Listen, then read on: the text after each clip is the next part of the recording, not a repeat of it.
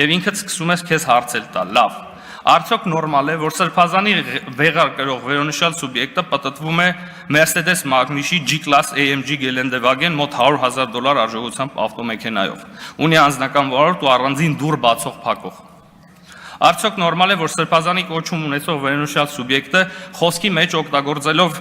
հայհոյանքներ, հավանաբար դրանով փորձելով հետս ոչ ֆորմալ կամ ընկերական գիծախբերական խոսակցություն ծավալել, կիսագողական փողոցային բառապաշարով շփվի պետական այրերի հետ։